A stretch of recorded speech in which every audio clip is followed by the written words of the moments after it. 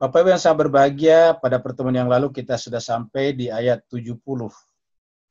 Ayat 70 adalah berbicara tentang kaum Ad. Dengan nabinya adalah Nabi Hud. Jadi kita lihat sebelumnya bagaimana Nabi Hud datang kepada mereka, lalu kemudian mereka menentang Nabi Hud, dipimpin oleh beberapa pemuka masyarakat mereka yang tidak setuju dengan kedatangan Nabi Hud.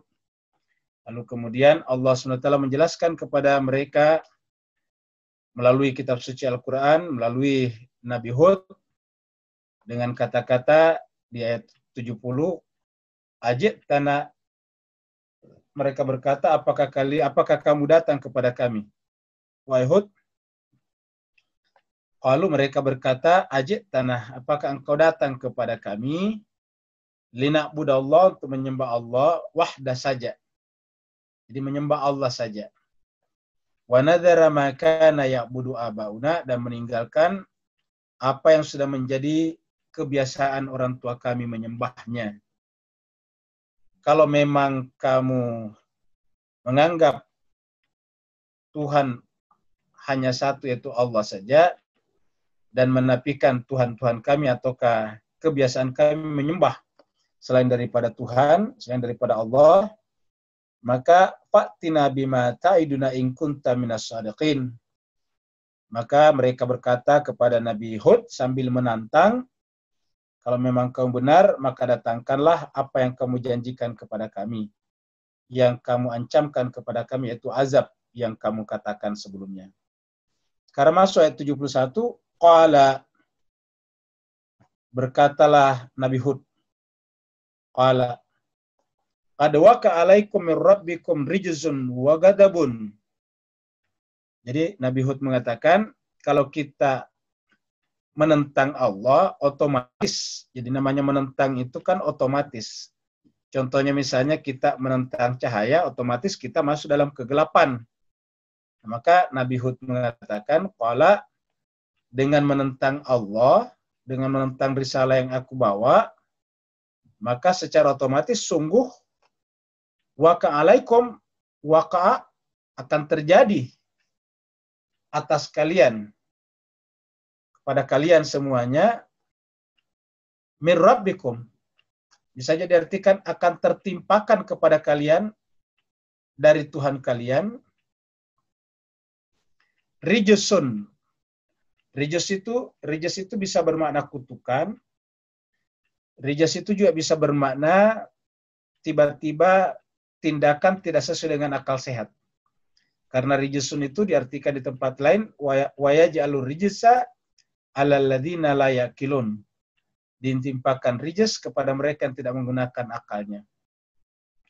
Rijus juga bisa bermakna azab, bisa bermakna kutukan, bisa bermakna kemurkaan juga. Jadi rijus kemurkaan, ghadab amarah. Jadi karena kalian menentang risalah yang Allah berikan kepada kalian melalui saya, ya penentangan kalian itu otomatis akan mengundang azab atau rijz wa ghadabun, dan amarah dari Allah Subhanahu wa taala, dari Tuhan kalian sendiri. Sini Nabi Hud menggunakan kata mir rabbikum, dari Tuhan kalian sendiri. Karena itu adalah otomatis. Ya, contohnya misalnya kalau kita pukulkan tangan kita ke batu, ya kelihatannya kan kita memukul batu.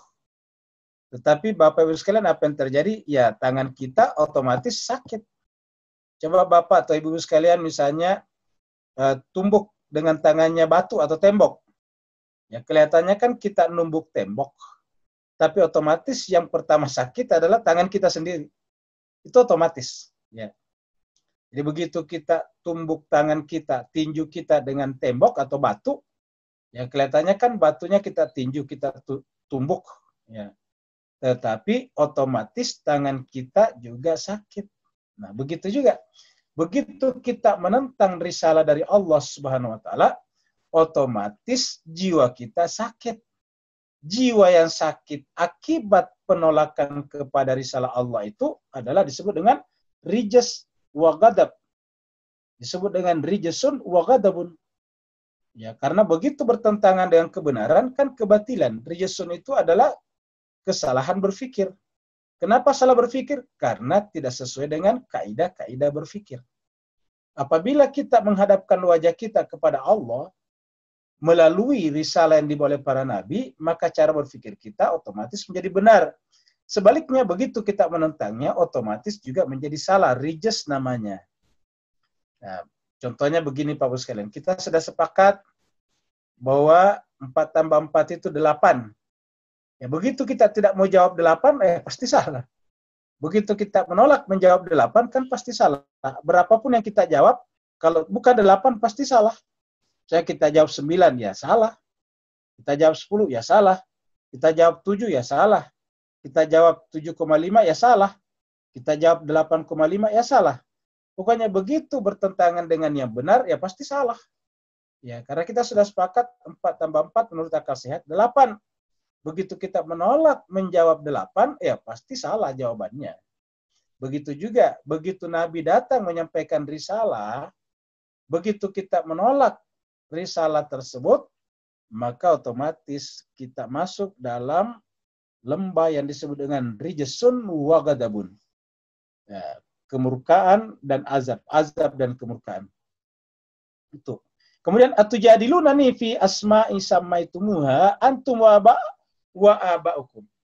Lalu kemudian Nabi Hud berkata, atujadilunani, apakah kalian ingin mendebat aku? Tujadil, ingat kata jidal. Ya, kata jidal, ingin mendebat aku. Maksudnya ingin mendebat aku dengan kaidah-kaidah logika. Dengan sesuatu, dengan proposisi, dengan pernyataan-pernyataan yang dibuat-buat. Kata dibuat-buat tidak mengikuti kaidah, tidak sesuai dengan hukum-hukum kebenaran, tidak sesuai dengan hukum-hukum logika, mantik. Atujadilunani, apakah kamu ingin mendebat aku? Atujadilunani fi asma, dengan nama-nama sama itu yang kamu beri. Kata-kata yang kamu beri artinya dibuat-buat, diberikan begitu saja. Misalnya mobil, hakikatnya mobil kan bisa saja kita tempelin tulisan ikan, ya. Artinya kita memberi nama ikan. Ikan di situ tidak sesuai dengan hakikatnya, karena yang kita tempelin nama ikan adalah mobil. Kalau kata ikan kita tempelkan kepada ikan, ya itu namanya sesuai dengan hakikatnya, sesuai dengan substansinya namanya. Tapi kalau kata ikan kita tempelkan pada mobil, ya tidak sesuai dengan substansinya, tidak sesuai dengan hakikatnya, tidak sesuai dengan aslinya. Maka itu semua sebetulnya itu namanya nama doang, namanya doang. Ya, namanya.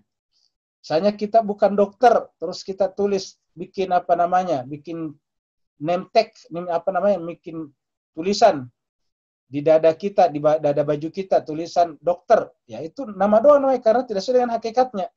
Kita bukan dokter, tidak pernah sekolah kedokteran, tapi bisa saja ditulis dokter di situ.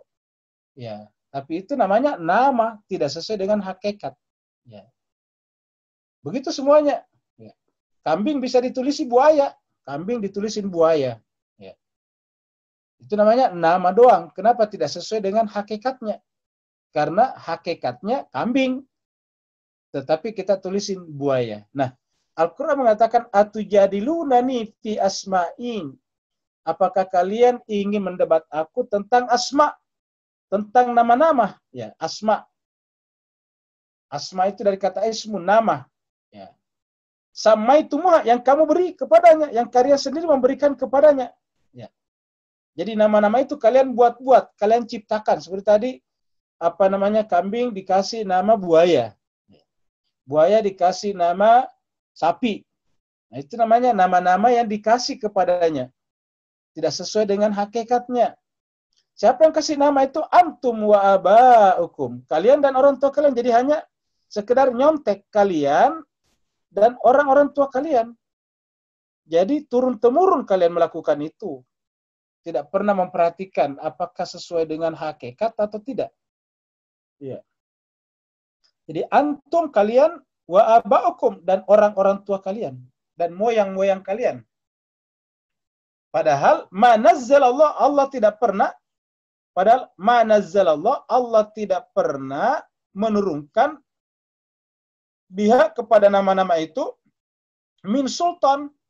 Allah tidak pernah memberikan sultan kepadanya. Apa namanya sultan? Hakikat. Ya, tidak pernah memberikan sultan. Sultan itu adalah argumen atau nama predikat yang sesuai dengan hakikatnya. Kalau guru, kita panggil guru, itu sesuai dengan hakikatnya. Itu berarti namanya sultan. Tapi kalau tukang batu kita sebut dengan guru, salah. Begitu juga. Guru kita sebut tukang batu, salah. Kenapa? Tidak sesuai dengan hakikatnya namanya. Jadi, ma nazzalallahu biha min sultan. Tidak punya sultan. Tidak punya hakikat. Tidak punya kekuatan penalaran.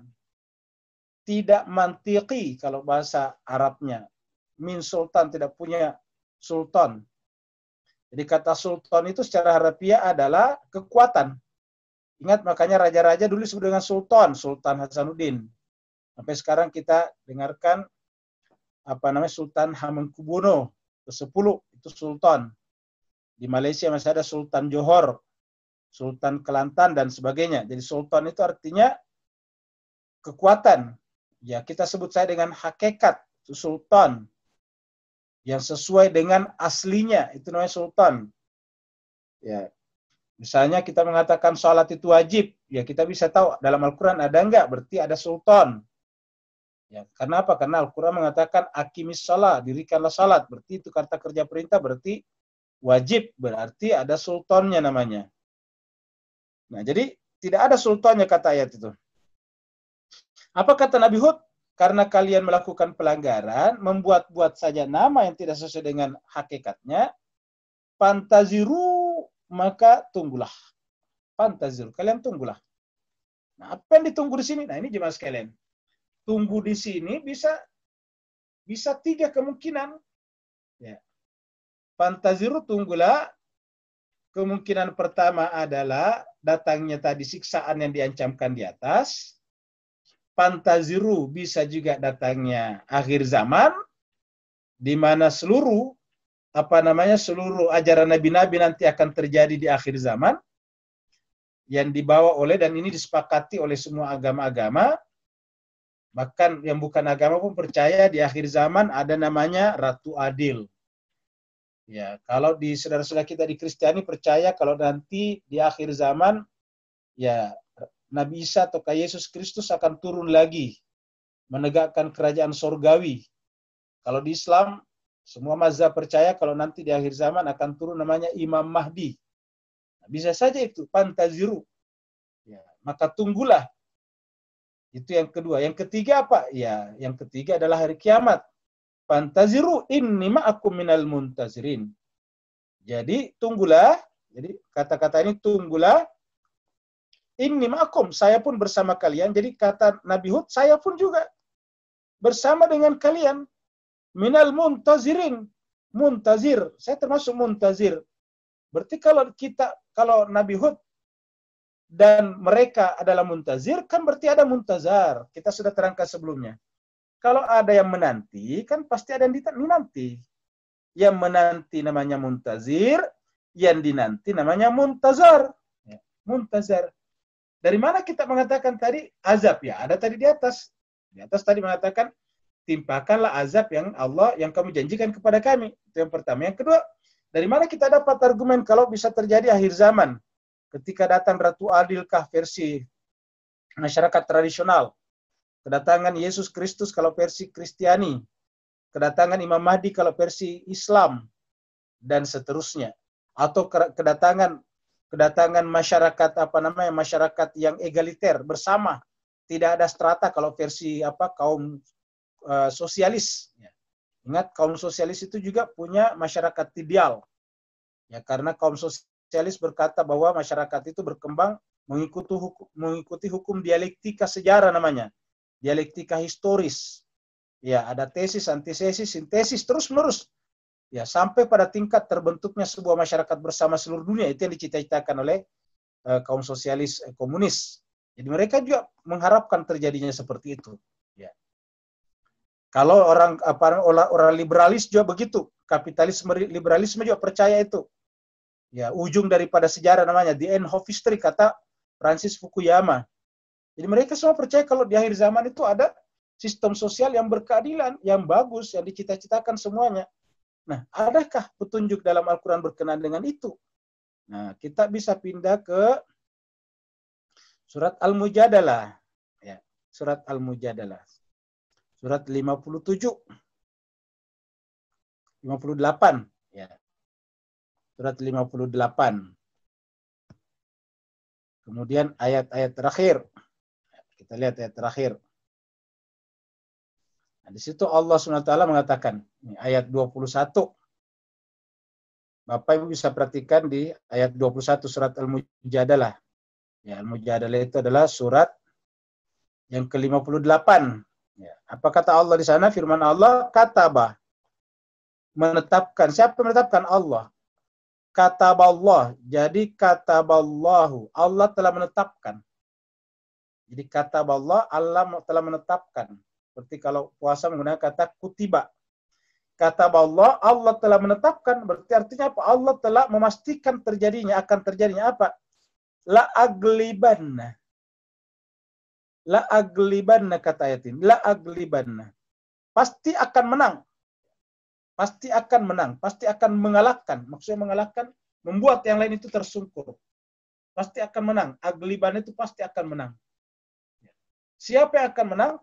Kata menang di sini artinya terkalahkan konsep-konsep sistem sosial yang ternyata tidak berhasil menciptakan keadilan sosial bagi seluruh masyarakat.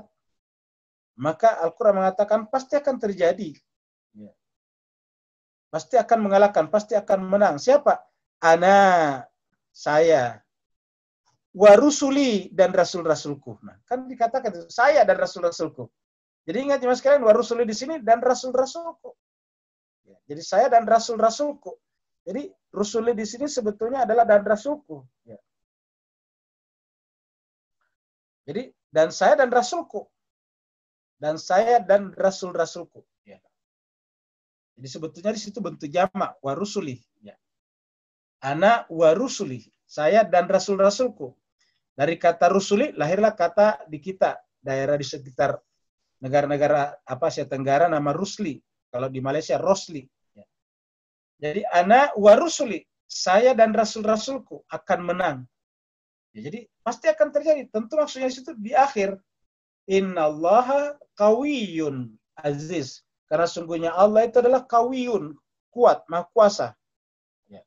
Aziz dan maha perkasa. Jadi Allah telah menetapkan bahwa di akhir zaman nantinya saya pasti akan menang dan rasul-rasulku. Dan memang agama datang memang untuk dimenangkan. Nah, persoalannya apakah kita terlibat di dalam memenangkan agama itu atau tidak? Agama pasti menang. Karena ini adalah sudah ketetapan. Persoalan kita ikut atau tidak itu persoalan lain. Kita ikut atau tidak ikut itu Tuhan tidak peduli. Maksudnya itu untuk kebutuhan kita. Kalau mau ikut berarti kita akan selamat. Nanti kita lihat ayatnya surat Al-Araf.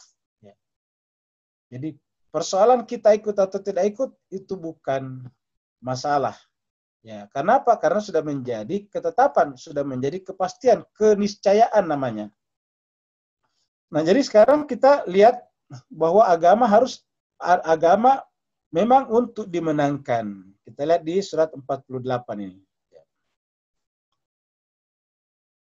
Ayat ini.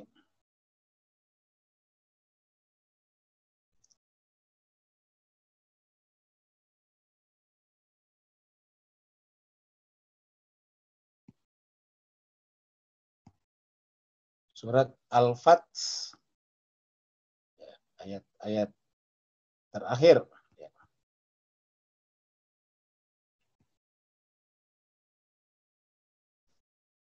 Nah, ini dia. Ayatnya 28. Surat Al-Fath 28. Huwaladzi, dialah Allah yang dialah alladzi yang arsala rasulahu bil huda, dengan petunjuk. Dialah Allah yang mengutus rasulnya bil huda, dengan petunjuk. Wa dinil haq, dan dinil haq, agama yang benar. Jadi agama yang benar. Untuk apa? Nah, Bapak Ibu perhatikan. Untuk apa? Liyuzhira, untuk dizohirkan, dimenangkan. Ya. Ingat kata-katanya, untuk dimenangkan. Ya. Jadi liyuzhirahu ala dini kulli, terhadap segala macam isme-isme. Ya. Konsep-konsep sosial yang lain. Liyuzhirahu ala dini kulli, untuk dimenangkan terhadap konsep-konsep sosial yang lain. Ad-din di sini tidak harus agama, tapi peraturan-peraturan, ideologi-ideologi. Ala dini kulli, untuk dimenangkan terhadap semua konsep-konsep. Ya, kapitalisme, liberalisme adalah satu sistem sosial, ekonomi. Sosialisme, komunisme juga satu sistem sosial, ekonomi. Dan yang dominan sekarang di dunia cuma dua itu saja. Kalau tidak sosialisme, komunisme, maka yang itu adalah kapitalisme, liberalisme. Sosialisme, komunisme biasanya yang ditunjuk adalah Cina misalnya, Korea Utara, kemudian biasanya Rusia juga. Nah, kemudian kapitalisme, liberalisme biasanya ditunjuk adalah Amerika, Inggris, Prancis, Jerman, dan sebagainya. Nah, jemaah sekalian, sebagai cuma dua unsur itu saja. Dan kita lihat bahwa dua-duanya sampai sekarang masih gagal menciptakan sistem sosial yang berkeadilan untuk seluruh manusia di dunia ini. Karena kita lihat di dunia ini sangat jomplang antara negara-negara maju dengan negara-negara miskin. Pendapatan negara seperti Amerika dengan negara lain sangat miskin itu sangat jomplang. Ya, kita lihat bahwa kalau kita baca berita, dengarkan informasi, ya kebanyakan dari Amerika dan Eropa.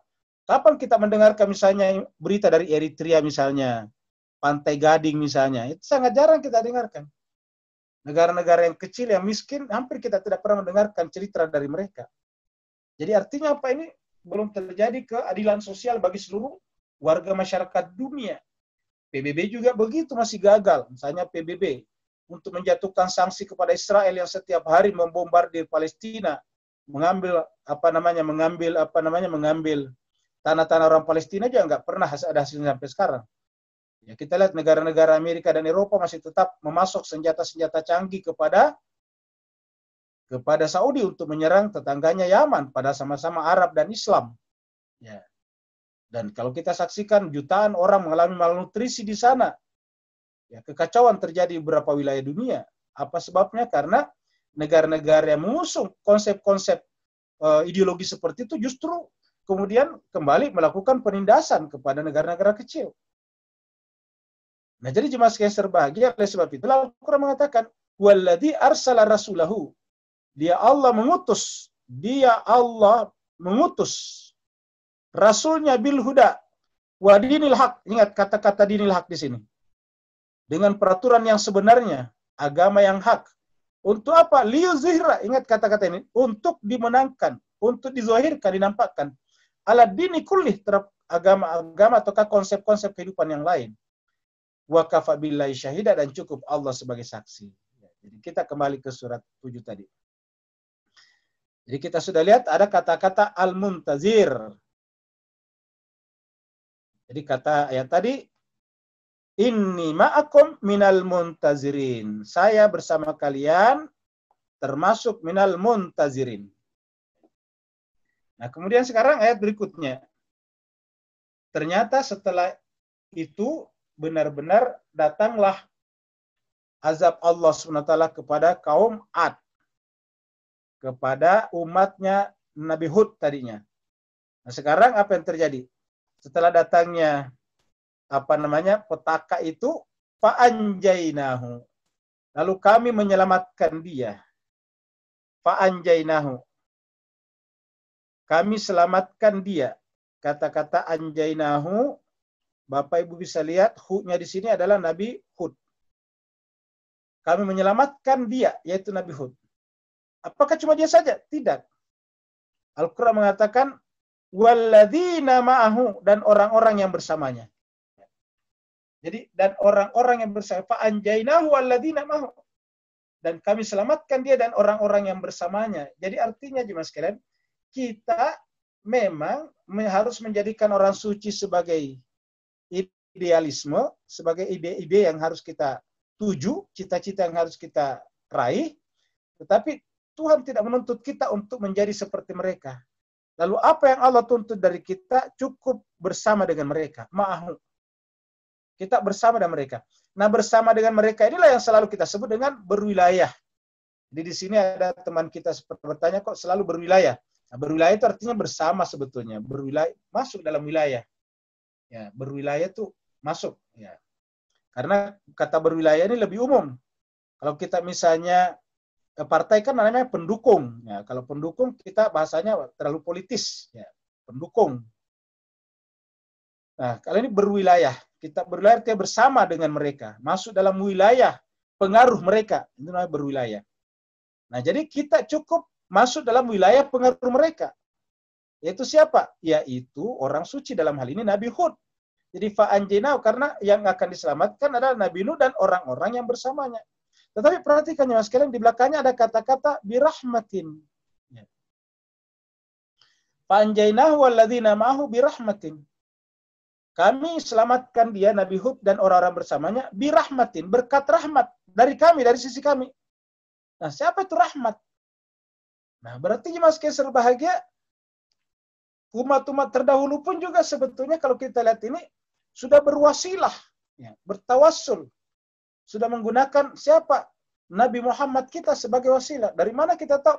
Bukankah Allah mengatakan, wa ma arsalnaka illa rahmatan lil alamin. Ingat, wa ma arsalnaka illa rahmatan lil alamin. Dari sini katakan fa anjaynahu walladzina ma'ahu bi rahmatin minna. Ya, dan kami selamatkan dia Nabi Hud dan orang-orang bersamanya dengan rahmat dari sisi kami. Nah, apa itu rahmat dari sisi Allah? Coba kita lihat. Ya. Jadi jemaah sekalian berbahagia, rahmat yang kita kenal dan dengan argumentasi yang sangat kuat adalah berkenaan dengan Nabi Muhammad kita. Bisa kita baca di dalam surat Anbiya ayat 107. Ini dia. Wa ma arsalnaka. Ini saya kira kita sudah biasa mendengar semua ayat ini. Wa ma arsalnaka, dan tiadalah kami mengutus kamu Muhammad. Ya, siapakah kak di sini ini? Dia Muhammad. Wa ma arsalnaka, dan tiadalah kami mengutus kamu Muhammad. Jadi sini maknya tiadalah apa negasi. Kenapa? Karena di belakangnya ada ilah, ada afirmasi, ada penegasan. Tiadalah kami mengutus kamu Muhammad illa kecuali. Nah, sebagai apa? Sebagai rahmatan. Kami mengutus kamu sebagai rahmatan. Untuk apa? Lil alamin. Yang namanya alam kan dari dulu sampai sekarang. Alam itu semua realitas. Yang namanya alam adalah semua realitas, semua yang ada dari alam syahada, alam nyata, ataupun alam yang tidak nyata, alam gaib namanya. Alam ini itu bentuk jamak. Jadi namanya alam tentu selain Allah, karena alam itu adalah yang sesuatu yang bisa kita ilmui, ketahui, dan sekaligus menjadi alamat. Alam itu satu kata dengan alamat. Alamat artinya apa? Petunjuk akan keberadaan pemberi alamat. Siapakah pemberi alamat? Ya pencipta, Khalik. Jadi alam ini adalah jejak untuk kita lacak tentang keberadaannya. Nah, Allah mengatakan wa ma arsalnaka illa rahmatan lil alamin. Tiadalah kami mengutus kamu Muhammad kecuali dalam rangka sebagai rahmat, rahmatan lil alamin. Nah, kalau kita lihat bahwa Nabi Muhammad itu adalah rahmat bagi seluruh alam, jadi ingat kaknya itu Nabi Muhammad, ya Departemen Agama juga memberikan itu. Ya ini di ayat ini, wa ma arsalnaka, ini dia Muhammad, ya.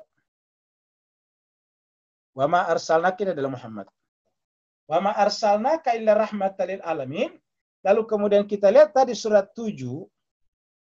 Kita lihat tadi surat 7 ayat 72. Ya. Fa anjaynahu walladzina ma'ahu birahmatin. Jadi kami selamatkan dengan rahmat, birahmatin. Ya. Birahmatin. Fa anjaynahu walladzina ma'ahu birahmatin minna. Setelah itu waqatta'na dabiral ladzina kadzabu. Pada saat yang sama, kami kemudian binasakan. Qatta'na itu kami binasakan dabiral ladzina kafaru. keberadaan seluruh orang-orang yang kadzabu, mendustakan ayat-ayat kami. Siapa ayat kami di sini? Yaitu tadi Nabi Hud. Kami binasakan orang-orang yang mendustakan ayat-ayat kami. Jadi ayat di sini adalah manusia. Kata nah itu secara harfiah dipotong, kami potong. Kami artinya meniadakan eksistensi, yang menghentikan. Seperti Fir'aun, bala tentara ditenggelamkan ke dalam laut, itu namanya qata'na. Qata'na, kami potong, kami hentikan sampai di situ. Dabira, sampai ke akar-akarnya. Alladzina kadzabu bi ayatina, apa sebabnya? Wa ma kanu mu'minin, karena mereka itu tidak beriman. Wa ma kanu mu'minin, karena mereka itu adalah tidak beriman. Ya. Karena mereka tidak beriman. Wa ma kanu mu'minin, karena mereka tidak beriman kepada ayat-ayat Allah tadi. Bahkan mereka mendustakan tadi ayat-ayat kami. Nah, jadi Bapak yang saya berbahagia, jadi mereka diselamatkan apa? Birahmatin, dengan rahmat ya dari Allah. Dan kita sudah lihat siapa itu rahmat? Ya Nabi Muhammad kita. Jadi artinya apa? Kok bisa ya Nabi Muhammad menjadi rahmat, menjadi pada saat itu Nabi Muhammad secara fisik belum lahir. Nah, itu makanya kita katakan bahwa ketika Allah menciptakan seluruh alam semesta, proses penciptaan ini adalah bagai cahaya. Siapa yang mengatakan penciptaan itu bagai cahaya? Allah juga mengatakan begitu dalam Al-Quran, surat An-Nur. Ingat, ada surat An-Nur. Apa itu An-Nur? Cahaya. Di situ Allah mendeklarasikan, Allahu nurus samawati wal ard. Allah itu adalah cahaya langit dan bumi. Artinya apa? Langit dan bumi ini ada berkat cahaya Tuhan. Cahaya itu adalah penyebab keberadaan. Coba Bapak Ibu sekalian sekarang di rumahnya masing-masing matikan lampunya. Apakah ada yang bisa dilihat? Enggak ada. Berarti yang menyebabkan semuanya terpapar di depan Bapak Ibu sekalian, buku-buku yang ada di depannya, meja-meja, kursi-kursi, lemari-lemari, dan sebagainya ada di sekitarnya, itu kelihatan karena ada cahaya.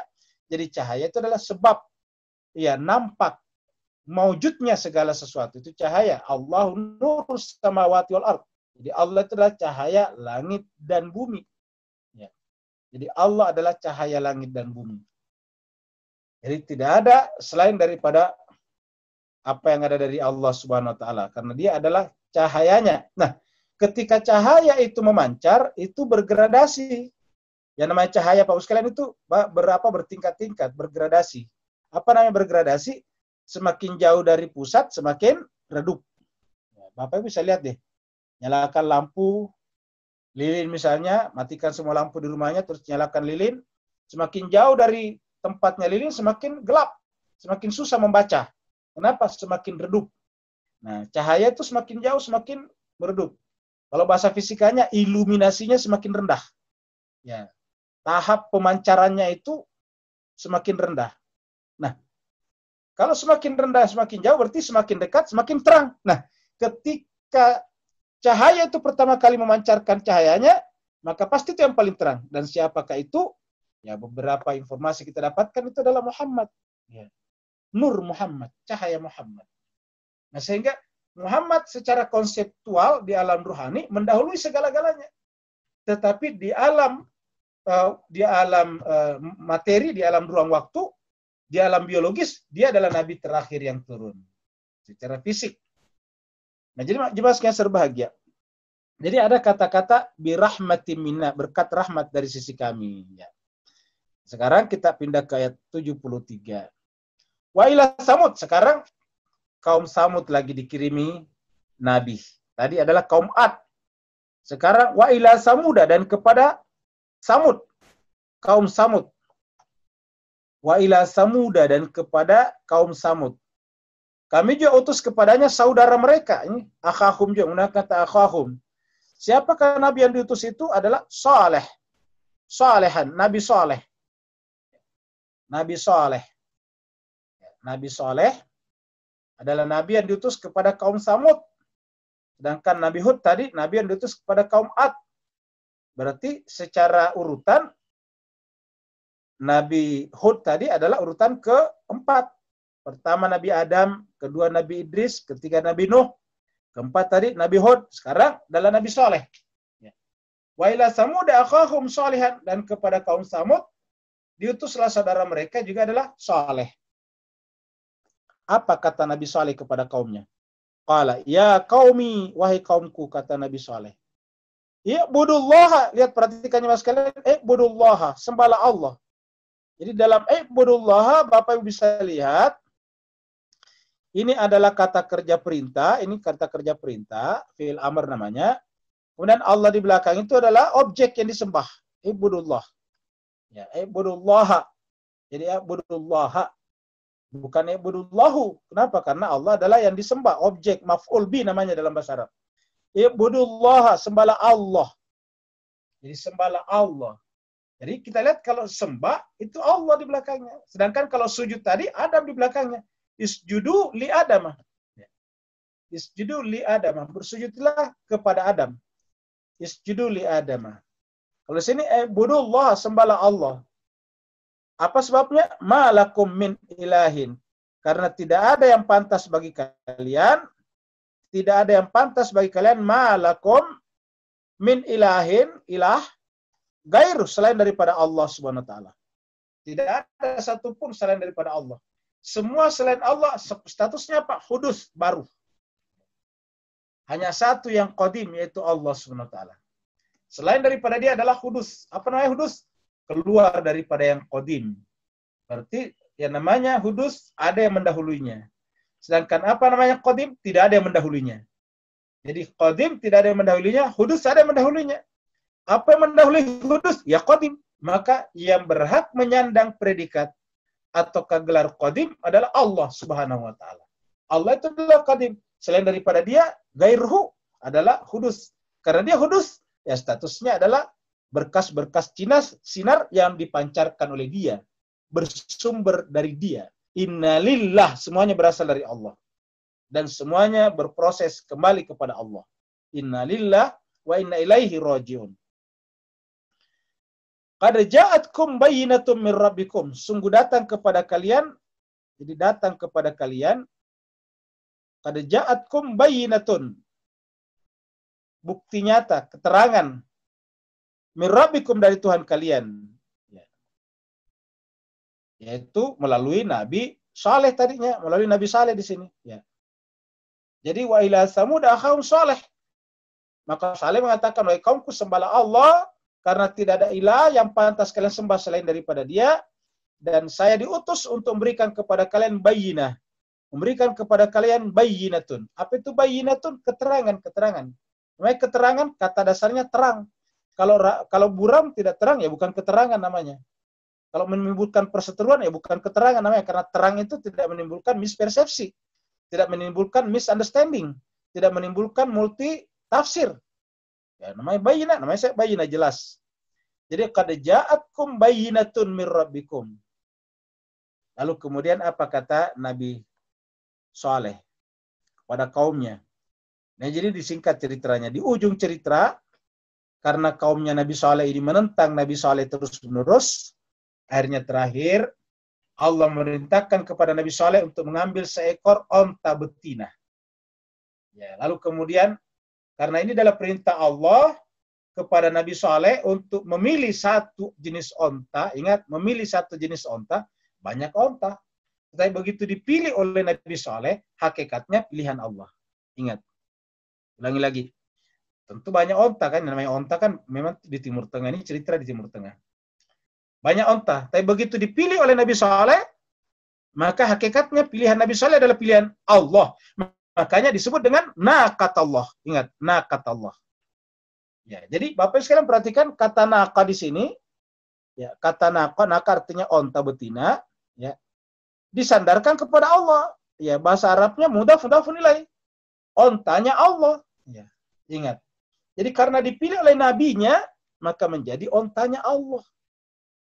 Kalau sudah disandarkan kepada Allah, berarti sudah menjadi mulia sesuatu itu. Jadi onta saja yang disandarkan kepada Allah itu lebih mulia sekali. Bagaimana pula kalau waliullah. Bagaimana pula kalau manusia suci yang disandarkan kepada Allah. Jadi yang namanya onta di sini, onta seperti yang lain, tapi begitu dipilih menjadi naqatullah. Ya.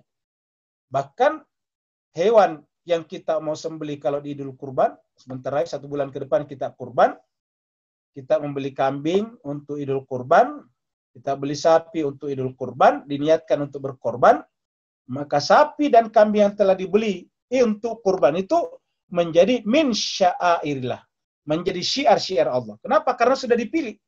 Nah, apalagi nih yang memilih langsung adalah Allah. Allah mengatakan kepada Nabi Saleh, ambillah 1 ekor onta betina. Ya, begitu dipilih salah satu onta betina oleh Nabi Saleh, maka onta itu menjadi naqatullah. Apa artinya jemaah sekalian? Onta itu menjadi sakral. Ya. Dan nanti kita lihat begitu diganggu menimbulkan malapetaka, menimbulkan azab yang besar. Ya.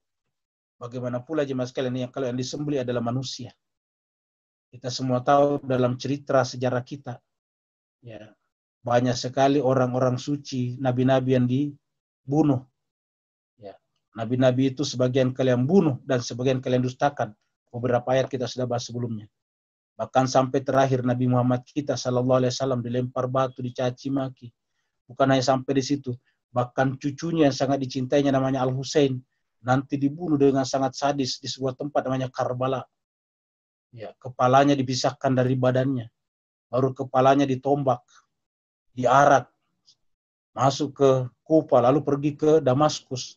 Ini diceritakan dengan sangat rinci oleh siapa?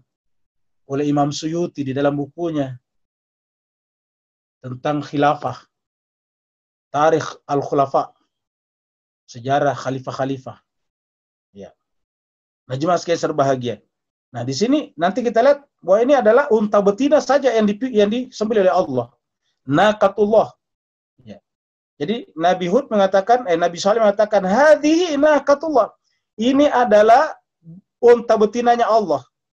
Jadi ini adalah unta betinanya Allah. Lakum untuk kalian. Ya.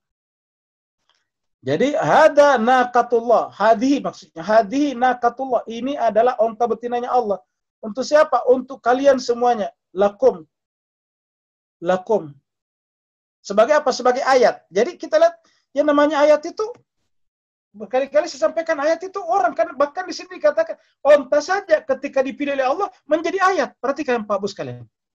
Onta saja, onta betina, yang namanya onta kan hewan Pak Bu ya. Yang namanya onta itu hewan. Ya. Tidak bedanya dengan onta yang lain.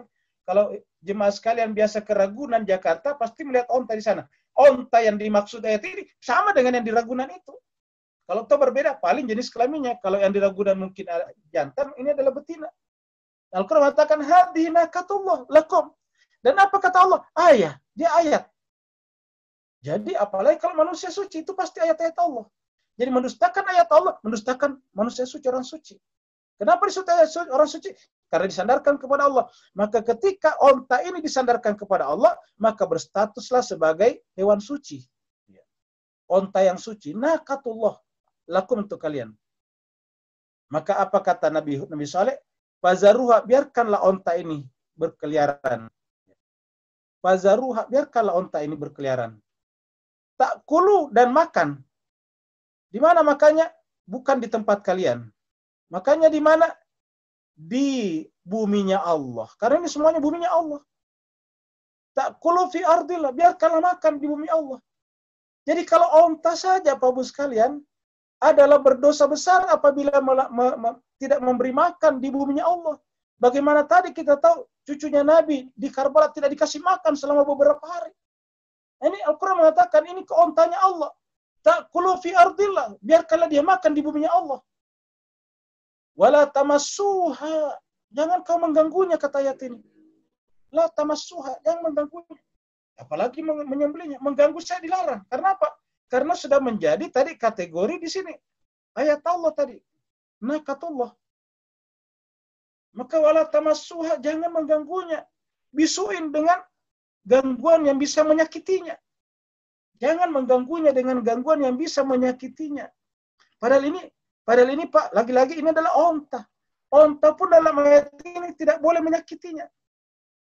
Wala tamassuha bisuin. Apa sebabnya? Kalau kau mengganggunya, faya'khuzakum. Allah akan menimpakan kepada kalian adzabun alim. Adab yang teramat sangat pedih. Adzabun alim. Jadi kalau kalian mengganggunya, faya'khuzakum adzabun alim. Allah akan menimpakan kepada kalian azab yang pedih. Wadhkuru iz ja'alakum khulafa min ba'di adin. Ini sebelumnya di atas tadi juga ada min ba'di Nuhin. Kalau tadi Nabi Hud min ba'di Adin, sekarang Nabi Saleh min ba'di Nuhin. Kalau sekarang Nabi Saleh adalah min ba'di Adin, setelah kaum Ad. Jadi artinya apa? Dihancurkan juga mereka seperti kaumnya Nabi Nuh. Lalu kemudian yang selamat tanya yang bersama dengan Nabi Hud tadinya. Ya, fa anjaynahu walladzina ma'ahu, selainnya itu dibinasakan. Ya. Sekarang wadhkuru, ingatlah iz ja'alakum, ketika dia Allah menjadikan kalian semuanya khulafa. Khalifah di mana? Di muka bumi. Jadi manusia itu adalah khalifah. Apa artinya khalifah? Kepercayaan Tuhan. Kalau kepercayaan Tuhan ya tidak boleh berbuat di luar konteks ketuhanan. Apa perbuatan Tuhan? Kita baca sebelumnya, islah, memperbaiki keadaan, mengharmoniskan masyarakat, mendamaikan. Ya, tidak boleh menumpahkan darah, tidak boleh melakukan kata-kata apalagi perbuatan yang bisa merusak persatuan umat manusia. Wadhkuru iz ja'alakum khulafa, ingatlah ketika Allah menjadikan kalian semuanya khulafa mim ba'di adin, setelah kaumnya Ad, mim ba'di adin, setelah kaumnya Ad ini. Wa bawa'akum fil ardi, dan Allah menempatkan kamu di muka bumi, artinya memberikan kesempatan untuk berkembang biak, untuk membangun peradaban kembali di muka bumi. Jadi Allah memberikan kepada kalian bawa'nakum fil ardi, di muka bumi. Kemudian kalian berkembang pesat, membangun peradaban, membangun sains, teknologi pada saat itu, versinya pada saat itu. Bagaimana caranya? Tattakhizuna min suhuliha, kalian menjadikan tanah-tanah datarannya. Suhul itu adalah dataran. Ya. Lawannya jibal. Kalau jibal ada di bawah. Kalau suhul itu adalah tanah-tanah daratan. Kalau gunung-gunung jibal ini ada di sini. Tattakhizuna min suhuliha kusura. Kau menjadikan tanah-tanah datarnya menjadi apa? Membuat istana-istana. Kusur itu adalah istana-istana. Apa artinya istana di sini? Maksudnya rumah-rumah yang bagus, rumah-rumah yang indah. Kalian di muka bumi menggunakan tanah-tanah yang datarnya untuk membuat istana-istana, rumah-rumah yang baik untuk kalian tempati dengan keluarga kalian. Wa tanhitunal jibala, kemudian kalian menjadikan tanhituna itu memahat. Ya, membuat. Kalau sekarang ini mengkonstruksi, ya. Membangun aljibal, gunung-gunungnya. Kalau dulu gunung yang dipahat-pahat menjadilah rumah dan istana-istana. Kalau sekarang gunung-gunung dihancurkan dulu, dibuat dulu jadi bubuk batu namanya semen. Lalu kemudian diangkut ke kota-kota, lalu kemudian dibuatlah bangunan-bangunan bertingkat. Ada yang sampai puluhan bahkan mungkin ratusan tingkat tingginya. Manusia yang buat apa? Sebagai rumah-rumah tempat tinggal, buyutan. Allah memberikan kepada kalian kesempatan tinggal di bumi atau di buminya Allah. Buyutan. Fadhkuru alai, dan cukup Allah apa? Ingatlah nikmat-nikmat Allah kepada kalian. Ingatlah nikmat Allah kepada kalian. Fadhkuru ala Allahi. Ingatlah nikmat Allah kepada kalian. Wala ta'saw fil ardi, dan jangan berjalan di muka bumi. Inilah ada larangannya di sini. Wala ta'saw fil ardi. Dan jangan kalian ta'saw, berjalan di muka bumi dengan sombong, fil ard, di muka bumi, melampaui batas. Sambil melakukan apa? Melakukan kerusakan, mufsidin. Apa sebabnya? Karena Allah kerjanya islah. Jadi ingat mas sekalian, siapa yang kerjanya membuat kerusakan di muka bumi, berarti menempatkan dirinya sama dengan orang-orang yang dikutuk oleh Allah Subhanahu wa taala, seperti kaum Ad dan kaum Samud sebelumnya. Kaum Ad dan sekarang kaum Samud. Jadi Allah mengatakan jangan. Jadi jemaah sekalian, nabi-nabi datang sederhana sekali. Menyembah Allah, enggak apa-apa membangun peradaban-peradaban, itu tidak apa-apa. Bukan haram membangun rumah yang besar. Tidak dilarang membangun peradaban dan kota-kota yang indah. Bahkan Allah menginginkan kita sebagai khalifah di muka bumi ini. Tapi jangan, la ta'saw fil ardi mufsidin. Jangan pernah bikin kerusakan di muka bumi. Mengadu domba orang, membuat orang berpecah belah, apalagi sambil berperang satu sama lain. Itu jelas mufsidin. Perbuatan Israel terhadap Palestina itu adalah mufsid. Perbuatan Saudi terhadap Yaman itu adalah mufsid. Ya. Perbuatan beberapa negara di Libya sekarang termasuk Turki masuk adalah mufsid namanya. Jadi mufsid itu adalah membuat kekacauan di muka bumi. Tidak boleh, tidak ada tempat seperti itu hakikatnya kalau orang kembali kepada Al-Quran. Ya. Wala ta'saw, ini larangan. La ta'saw fil ardi mufsidin. Jangan bepergian, berbuat di muka bumi melampaui batas seraya membuat kerusakan. Tapi jemaah sekalian, siapa yang menentang konsep yang begini bagus? Konsep yang begini humanistik. Jadi kalau berbicara tentang humanisme, berbicara tentang nature, back to nature, berbicara tentang memelihara hubungan manusia dengan alam, ini adalah konsep nabi-nabi. Tetapi siapa yang menentangnya? Lihat ayat berikutnya. Qala al-mala'ul ladzina istakbaru. Lagi-lagi yang menentang adalah al-mala'. Yang menentang adalah al-mala'. Ini adalah al-mala'. Pemuka-pemuka. Elite-elite. Elit-elit. Masyarakat yang tidak ingin kehilangan pengaruhnya akibat datangnya tokoh baru yang bernama Nabi Saleh. Maka berkatalah al-mala'. Tapi ingat, tidak semua al-mala'. Ingat, kita sudah sampaikan, tidak semua al-mala' itu buruk. Siapa al-mala' yang buruk? Yang alladzina istakbaru, yang menyombongkan diri saja. Karena nabi-nabi juga banyak didukung oleh para pemuka. Jadi qala al-mala'ul ladzina istakbaru, tetapi lagi-lagi yang menentang adalah al-mala' yang merasa terganggu konstituensinya, yang merasa terganggu pengaruhnya, yang merasa terkecilkan circle of influence-nya. Jadi kalau ada nabi seperti tadi Saleh datang, maka ada pemuka-pemuka masyarakat yang merasa menjadi kecil lingkaran pengaruhnya. Qala al-mala'ul ladzina istakbaru, maka berkatalah para pemuka dari kalangan istakbaru. Ingat, istakbaru ini adalah sifatnya iblis. Kita sudah bahas sebelumnya. Ya, iblislah yang tidak mau sujud. Jadi istakbaru itu adalah menolak sujud. Makanya aba wastakbara. Wa idh qulna lil malaikati isjudu li adam fasajadu illa iblis aba wastakbara. Ya, jadi mereka ini adalah orang-orang tidak mau sujud. Tidak mau sujud kepada siapa? Kepada Nabi Saleh. Dari kalangannya sendiri, kaumnya Nabi Saleh. Jadi qala al-mala'ul ladzina istakbaru min qaumihi, kaumnya Nabi Saleh. Kepada siapa dia berkata? Lil ladzina tudaifu, kepada orang yang lemah, kepada orang-orang yang tidak berdaya, orang kecil, istudaifu. Ya, istudaifu itu dari kata dhaif. Orang yang lemah, orang yang tak berdaya. Kalau menggunakan bahasa orang-orang sosialis komunis, orang-orang proletariat. Kalau bahasa Al-Qur'annya kita istudaifu, tidak berdaya, tidak punya aset, tidak punya akses kepada sumber-sumber daya kehidupan. Jadi istudaifu. Nah, jadi mereka ini yang disasar. Yang disasar oleh siapa? Oleh al-mala' tadi. Jadi ingat, yang disasar oleh al-mala' adalah ini. Ya. Kenapa? Karena ini adalah, kita lihat cuma sekalian, ini adalah tokoh, sedangkan ini adalah massa. Sedangkan tokoh dan massa dua hal yang tidak bisa dipisahkan. Begitu tidak ada massa, berarti orang jadi tokoh. Ya. Karena ketokohan seseorang berbanding lurus dengan jumlah massa yang mendukungnya. Maka semakin banyak mendukungnya, semakin luas ketokohan seseorang. Nah, maka qala al-mala'ul ladzina istakbaru min qaumihi lil ladzina istudaifu, kepada orang-orang terlemahkan, liman amana minhum, bagi orang-orang beriman di antara mereka. Maksudnya yang beriman. Jadi lemah tetapi beriman. Jadi dia orang kecil tetapi beriman. Jadi orang kecil tetapi amana minhum, beriman di antara mereka. Apa kata mereka? Pertanyaannya adalah ata'lamuna. Saya terjemahkan dengan bahasa saya, ata'lamuna. Dari mana kamu tahu? Ya, jadi ata'lamuna. Dari mana kalian tahu? Anna, bahwasanya salihan, saleh itu mursalun, seorang rasul yang diutus min Rabbi, Tuhannya. Ya, kira-kira begitulah bahasanya. Dari mana kamu tahu bahwa Nabi Saleh itu adalah mursal, orang yang diutus dari Tuhannya? Ya.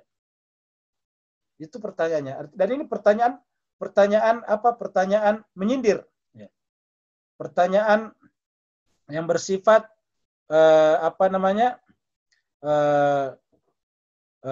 mempengaruhi. Masa kira-kira kalau di bahasa positifnya, masa kamu percaya kepada Nabi Saleh? Dari mana kamu tahu kalau dia adalah rasul? Karena kan namanya Rasul Tuhan kan susah membuktikannya karena tidak kelihatan. Satu-satunya bisa kita lihat apa? Ajarannya tadi, mengajarkan kepada kebaikan, tidak melarang keras, menumpahkan darah, membuat kerusakan di muka bumi. Ya. Bahkan tadi onta tidak boleh diganggu.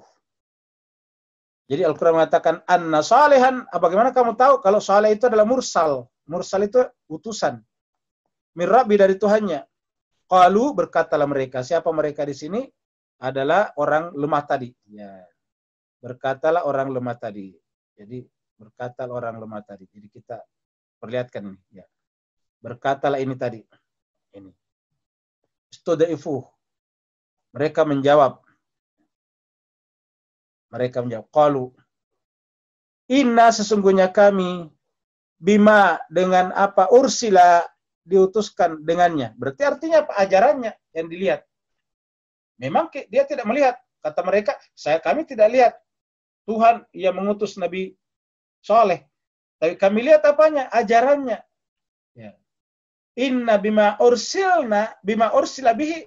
Sungguhnya kami terhadap ajaran yang dengannya dia diutus untuk menyampaikannya kepada kami, mukminin, beriman, percaya kalau itu adalah kebenaran. Dan itu adalah bukan sembarangan.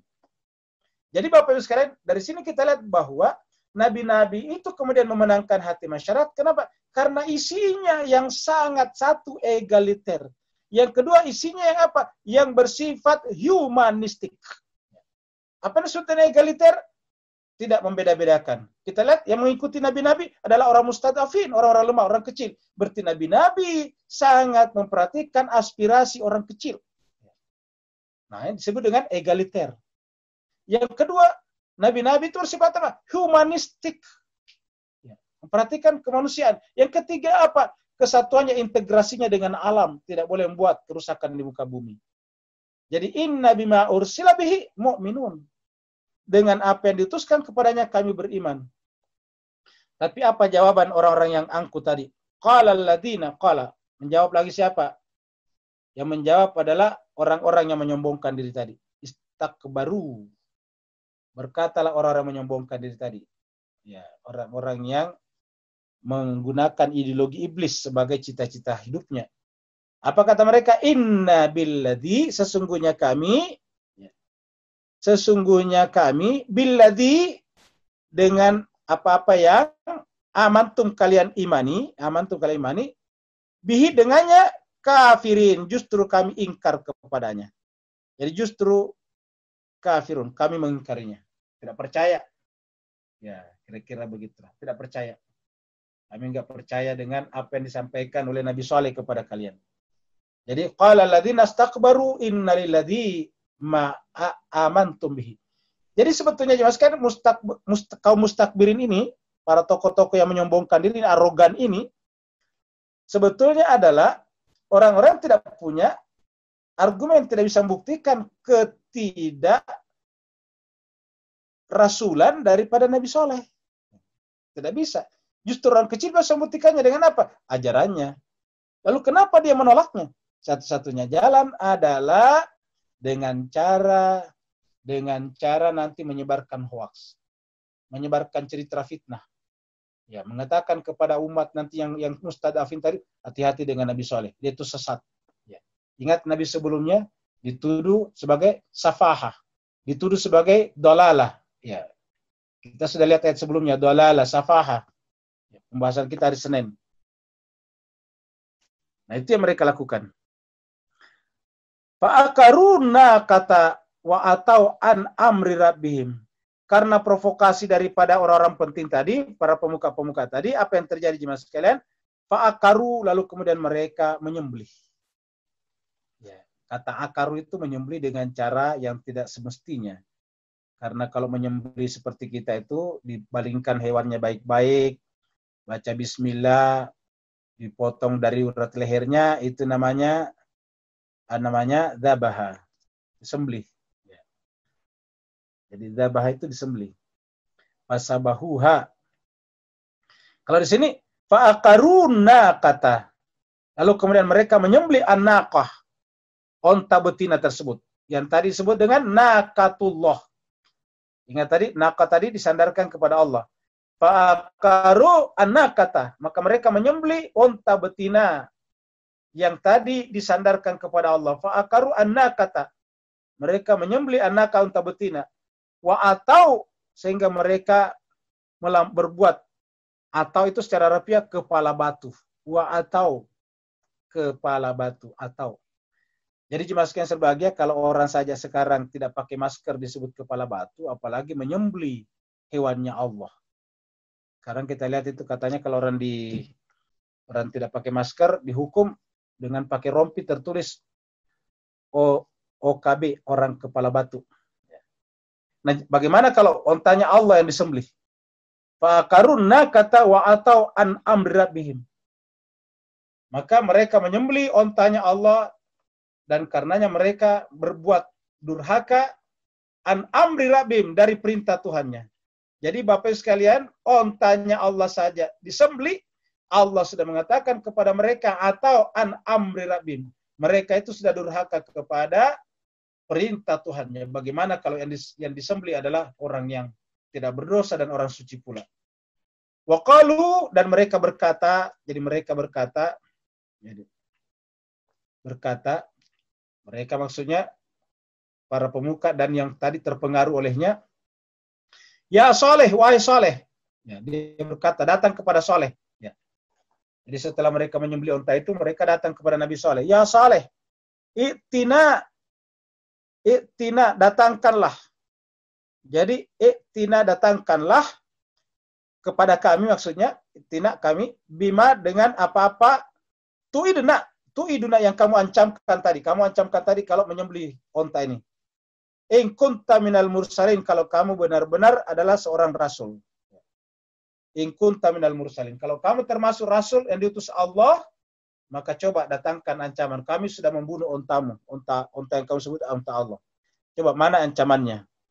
Nah, jemaah sekalian berbahagia, ya berdasarkan cerita, maka ini disingkat cerita sini di tempat lain dikatakan, di ayat lain, di surat lain dikatakan bahwa setelah kejadian itu, maka Nabi Saleh berkata kepada mereka, kalau kamu benar-benar telah menyembelih unta itu, dan menurut riwayat di ayat lain, di surat lain, disembelih baru mereka makan bersama-sama. Nabi Saleh mengatakan, baiklah kalau kalian begitu setelah menyembelihnya, kembalilah ke rumah kalian masing-masing. Makanlah yang terbaik, karena dalam 3 hari ke depan, itu akan ada azab Allah. Nah ternyata jemaah sekalian terbaik di sini dikatakan, 3 hari kemudian atau setelah kejadian itu, fa'akhazathum, maka kemudian ditimpakanlah kepada mereka ar-rajfah. Apa itu ar-rajfah? Yaitu gempa. Rajfah itu adalah gempa.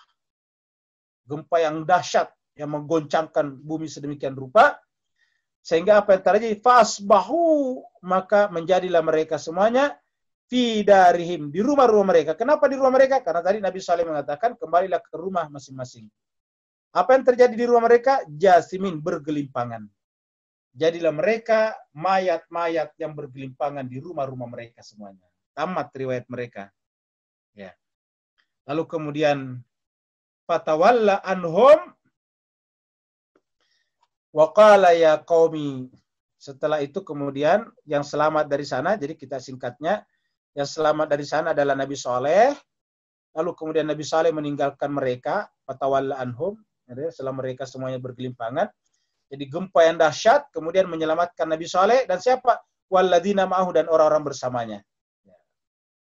Lalu kemudian Nabi Saleh bersama dengan orang-orang bersamanya berkata kepada mereka, fatawalla anhum, seraya berkata, jadi Nabi Saleh meninggalkan mereka seraya berkata, ya qaumi, wahai kaumku, laqad, sungguh, ini berkata dengan menyaksikan itu mayat-mayat bergelimpangan, ya sungguh, ablagtukum, saya sudah menyampaikan kepada kalian semuanya.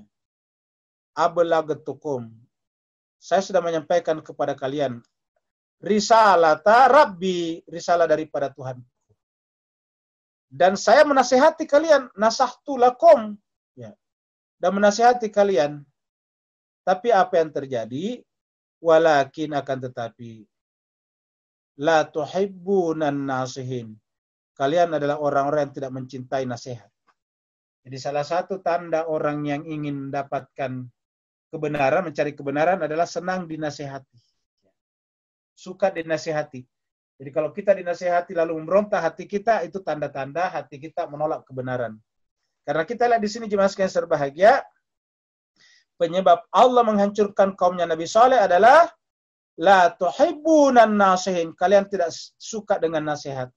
Saya datang kepada kalian satu, yaitu menyampaikan risalah daripada Tuhanku.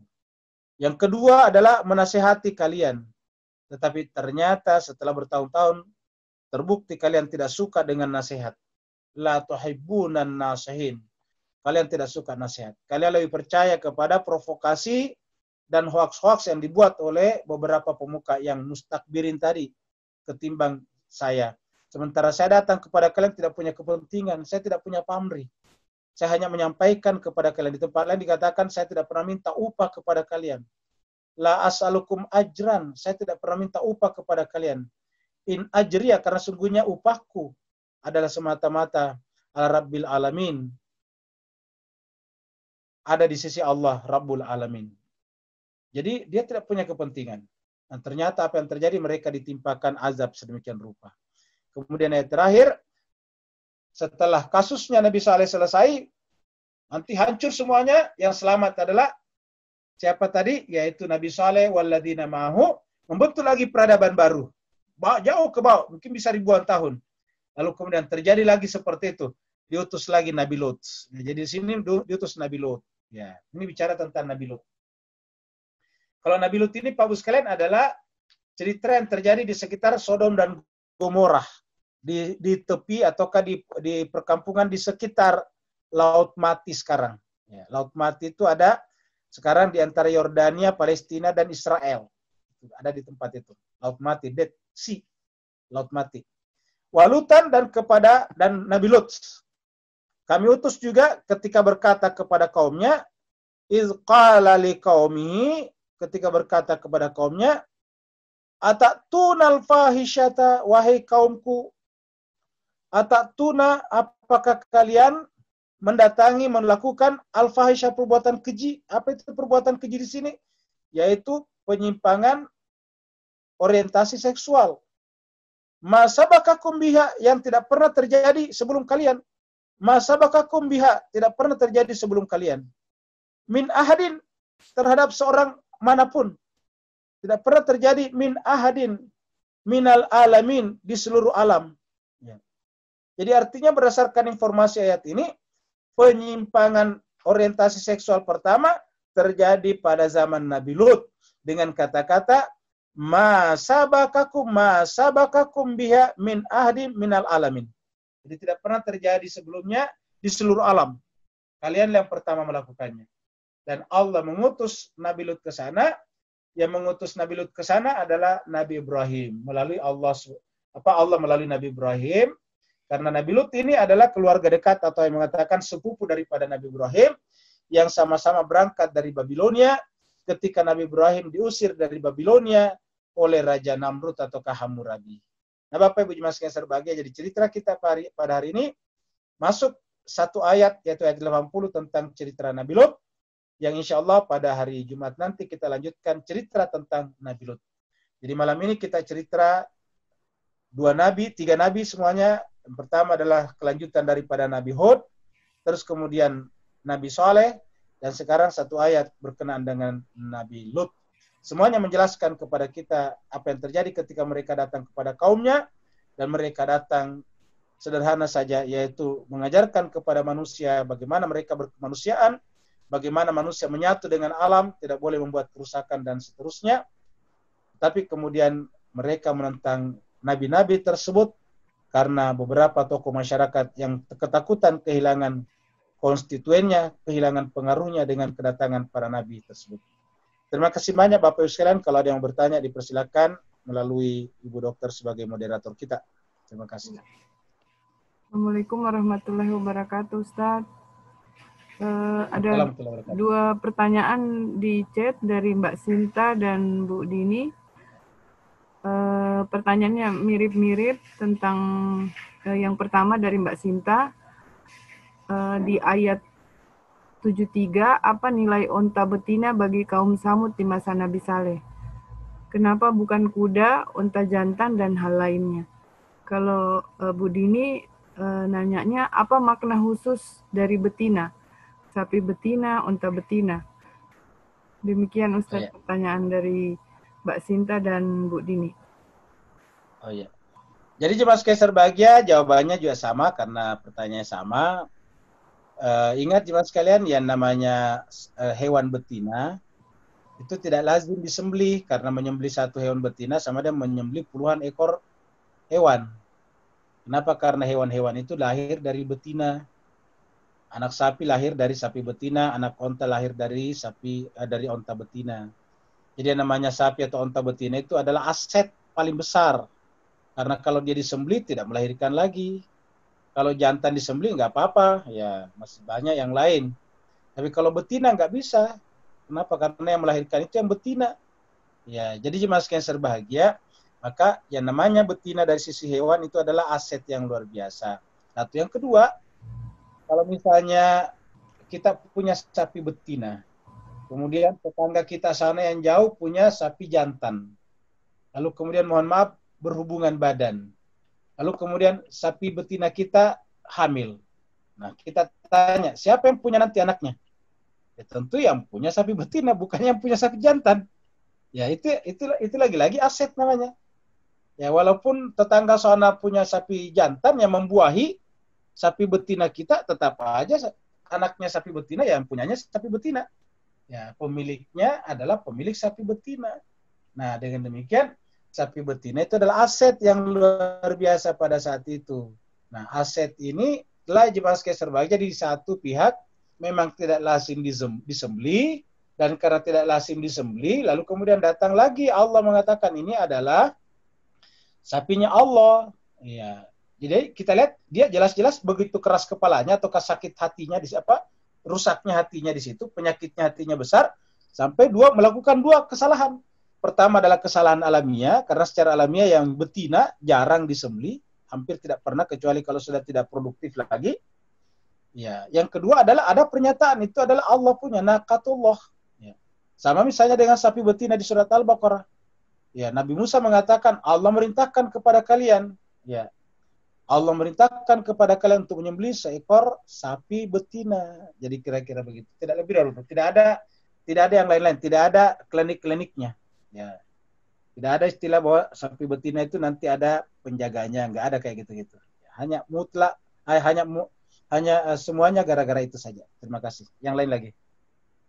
Ustadz menyambung pemahaman saya, apa karena kalau betina itu memiliki rahim, dengan kata lain rahim itu namanya Allah dititipkan kepada yang betina, dalam tanda kutip betina gitu Ustaz?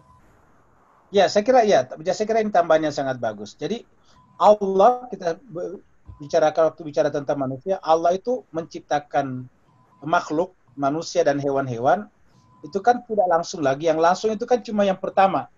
Jadi manusia pertama diciptakan langsung Allah kan cuma Adam. Tentu hewan yang pertama diciptakan, onta pertama diciptakan Allah, ya onta pertama. Sapi pertama diciptakan, ya sapi pertama, kira-kira begitulah. Setelah berikutnya apa? Ya melalui betinanya. Jadi boleh dikata betina itu adalah merupakan partnernya Allah di dalam penciptaan. Ya, kalau kita menjadi partner ya, partnernya Allah di dalam penciptaan. Kenapa? Karena Allah menciptakan sapi-sapi berikutnya melalui betinanya. Allah menciptakan onta-onta berikutnya melalui betinanya. Allah menciptakan manusia berikutnya melalui wanitanya. Apa sebabnya? Di dalam wanita dan di dalam hewan betina, Allah simpan seperti dikatakan dokter tadi, namanya peranakan, rahim.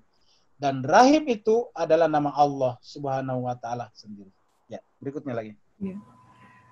Selanjutnya pertanyaan dari Bu Anita, apakah selain manusia suci, alim ulama yang benar-benar di jalan lurus termasuk kategori ayat-ayat Allah? Demikian Ustadz pertanyaannya. Kalau kita perluas kata ayat Allah, semua realitas adalah ayat Allah. Kalau kita perluas ya. ya penciptaan langit dan bumi, perputaran malam dan siang, hewan-hewan, kecoa-kecoa, cecak-cecak, nyamuk-nyamuk, itu adalah ayat Allah secara umum. Namanya ayat kauniyah. Namanya ayat-ayat kauniyah. Makanya kita sudah bahas di surat Al-Baqarah bahwa bagi orang yang beriman, mereka tahu pada nyamuk itu ada kebenaran. Ya, innallaha la yastahyi ayyadriba mathalan ma ba'udatan fama fawqaha fa ammal ladzina amanu faya'lamuna annahu al-haqqu min rabbihim. Allah tidak segan-segan membuat perumpamaan dengan contoh yang paling kecil seperti nyamuk. Tapi walaupun kecil seperti nyamuk, bagi orang beriman, ya'lamuna, dia akan punya pengetahuan. Ya'lamuna, dia akan tahu. Annahul haq, bahwa pada diri nyamuk itu ada kebenaran. Jadi setiap entitas, setiap sesuatu, itu adalah sign, tanda kebesaran Allah SWT. Itu secara umum. Nah, tetapi yang kita bicarakan tadi, yang diberikan tanda khusus namanya. Jadi diberikan tanda khusus. Nah, kalau yang diberikan tanda khusus, harus ada dalilnya, petunjuknya dari Allah. Ya, contohnya misalnya manusia suci berkenaan dengan keluarga Nabi. Ya, ada dalam Al-Quran. Innama yuridullah liyudhiba ankum rijsa ahlal bait wa yutahhirakum tatahira. Itu kan ada. Nah, jadi harus ada seperti itu. Kalau tidak ada seperti itu, ya pertanyaan Bu Anita tadi kita masukkan dalam pengertian umum. Dalam pengertian umum, ya semua orang adalah ayat Allah. Bukan hanya ulama, tapi semua orang. Makanya tidak ada orang manapun yang berhak atau yang boleh kita ganggu atau sakiti. Kita sudah sampaikan sebelumnya bahwa satu-satunya yang boleh menumpahkan darah adalah negara setelah melalui proses peradilan. Negara pun di situ adalah berfungsi mewakili keluarga korban. Jadi ada korban yang dibunuh keluarganya, ada korban yang dibunuh, lalu kemudian keluarganya tentu adalah punya hak untuk menuntut. Nah, karena tidak boleh terjadi saling balas-membalas, karena bisa terjadi pertumpahan darah yang tidak habis-habisnya, maka negara mengambil alih. Kira-kira begitu. Nih, saya ambil alih kasusnya. Nah, setelah diadili dan dibuktikan bahwa ternyata melakukan itu, negara mewakili keluarga korban, ahli waris korban. Nah, oleh sebab itulah jemaah sekalian sebagai hukuman mati dalam Islam itu boleh, tetapi hukuman matinya itu bukan negara sebetulnya, tapi hukuman mati itu adalah penuntutan balas dari keluarga korban, dari ahli waris. Nah, makanya ujung-ujungnya siapa penentunya? Keluarga korban dalam Islam. Setelah dipastikan di pengadilan bahwa dia benar-benar bersalah, terbukti, meyakinkan, dan dia harus dihukum mati berdasarkan hukum, nah ujung-ujungnya si keluarga korban boleh memaafkan. Ya. Jadi yang menentukan keluarga korban, karena negara pun di situ hanya mewakili keluarga korban. Kenapa? Supaya tadi jangan semua orang saling membalas, karena kalau saling membalas bisa terjadi pertumpahan darah yang tidak habis-habisnya. Ya, maka negara mengambil alih namanya. Kira-kira begitu. Jadi bisa apapun tidak boleh sama sekali. Kenapa? Semuanya adalah ayat Allah. Ada lagi berikutnya. Ada lagi yang bertanya, silahkan Bapak Ibu dinyalakan speakernya, mau bertanya langsung mungkin. Ya, saya Ustaz. Ya, silakan. Assalamualaikum warahmatullahi wabarakatuh. Waalaikumsalam. Waalaikumsalam Suaranya kecil sekali, Pak.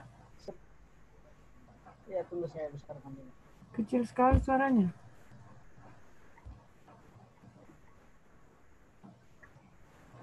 Masih kecil, Bu ya? Iya. Tapi udah kedengaran kok, silakan. Iya, coba Pak, coba dia. Iya, pertanyaan saya saat adalah kita bahas dua nabi ini, sepertinya ya, terus sepertinya azab langsung diazab gitu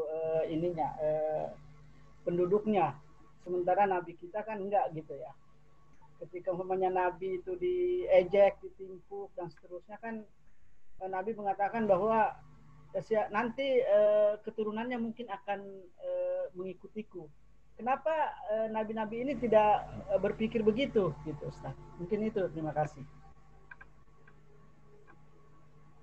Oh ya, terima kasih banyak. Jadi pertanyaan Haji Ridwan bertanya, namanya Haji Ridwan. Ya. Jadi pertanyaan Ridwan tadi adalah kita ingat bahwa bukan nabi-nabinya tadi yang meminta azab itu ya. Ya, bukan nabinya. Kalau Nabi Muhammad kita dulu kan malaikat mengatakan, wahai Muhammad, mintalah, kami akan hancurkan mereka. Nabi mengatakan, ya saya tidak ingin mereka dihancurkan. Kenapa? Karena mereka melempari saya batu, karena mereka belum paham akan apa yang aku bawa. Itu Nabi terhadap penduduk Taif misalnya. Nah kalau yang tadi ini kan tidak. Ya mereka ini tadi adalah memang mereka sendiri yang meminta. Kan begitu tadi, mereka sendiri meminta. Mereka mengatakan, jadi bukan malaikat yang minta, mereka. Jadi mereka yang mustakbirin tadi mengatakan, wahai Nabi Saleh atau Nabi Hud, kalau kamu memang Nabi, Rasul, ya maka mintalah kepada Tuhan, timpakan kepada kami azab. Ya. Setelah dia melakukan pelanggaran tadi dengan menyembelih sapi betina, onta betina tadi kalau kaumnya Saleh. Nah, jadi artinya apa? Mereka yang meminta. Satu. Yang kedua, setelah Nabi Muhammad kita zuhur atau lahir di muka bumi ini, lalu kemudian menyampaikan ajaran yang sempurna, ajaran yang jelas ini, ada kitab sucinya, dan kemudian Nabi Muhammad juga tidak berhenti sampai di situ, masih ada pelanjut-pelanjutnya sampai sekarang. Lalu kemudian apa yang terjadi, Bapak Ibu sekalian, terutama Haji Ridwan tadi yang bertanya, maka kita saksikan bahwa selama manusia masih menyebut nama Muhammad, karena kita tadi di atas juga birahmatin. Selama manusia masih menyebut nama Muhammad, ini ada di surat Al-Anfal, ya, ayat 33. Ya, ini wa ma kana Allahu liyu'adzibahum. Wa ma kana. Jadi Allah mengatakan wa ma kana Allah, tidak mungkin Allah liyu'adzibahum, mengazab mereka. Liyu'adzibahum, tidak mungkin Allah mengazab mereka. Wa anta, sementara engkau Muhammad. Sementara engkau Muhammad, wa anta, sementara engkau Muhammad, fihim, masih ada di tengah-tengah mereka. Nah, jadi ingat, wa anta fihim, sementara engkau masih berada di tengah-tengah mereka. Anta. Jadi kata-kata anta di sini adalah engkau Muhammad. Ya. Anta itu adalah Muhammad. Jadi anta adalah Muhammad. Ya. Sallallahu alaihi wasallam. Fihim, di tengah-tengah mereka. Nah, apa yang dimaksud dengan engkau Muhammad ada di tengah-tengah mereka? Yaitu innallaha wa malaikatahu yusalluna 'alan nabi ya ayyuhalladzina amanu sallu 'alaihi wa sallimu taslima. Selama masih ada yang berselawat kepada Nabi, karena nama Nabi ini adalah manusia terbaik, cahaya pertama, nur di atas segala cahaya, cahaya di atas segala cahaya, maka selama Nabi Muhammad masih ada namanya disebutkan dengan selawat, maka Allah tidak akan mengazab manusia. Inilah luar biasanya Nabi Muhammad kita. Jadi katakan, subhanallah, selama masih ada engkau Muhammad di tengah-tengah mereka. Nah, kata di tengah-tengah mereka di sini adalah melalui apa? Selawat tadi. Dari mana kita tahu? Itu surat 33, innallaha malaikatahu yusalluna 'alan nabi ya ayyuhalladzina amanu sallu 'alaihi wa sallimu taslima. Sungguhnya Allah dan malaikat berselawat kepada Nabi, maka wahai orang beriman bersalawatlah juga kepadanya dan beri salamlah kepada Nabi dengan salam yang sempurna. Dan ini semuanya kita lakukan dalam sholat. Siapapun yang sholat, ya, entah salatnya itu dilakukan dengan sepenuh hati atau tidak, tapi di dalam salat itu pasti membaca selawat dan salam kepada Nabi. Pasti di dalam salat membaca Allahumma salli ala Muhammad wa ala ali Muhammad, sebagaimana Allah dan malaikat berselawat kepadanya, dan pasti di dalam salat memberikan salam kepada Nabi dengan ucapan assalamu alayka ya ayyuhan nabi wa rahmatullahi wa barakatuh. Nah, dengan itu sudah menjadi penolak bala akan datangnya azab seperti ini. Sampai kapan? Sampai akhir zaman, karena Nabi Muhammad kita sudah Nabi terakhir. Karena kalau Nabi Muhammad ditolak pada saat itu langsung ada azab, berarti artinya apa? Berarti sudah kiamat. Kenapa kiamat? Ya tidak ada lagi Nabi setelahnya.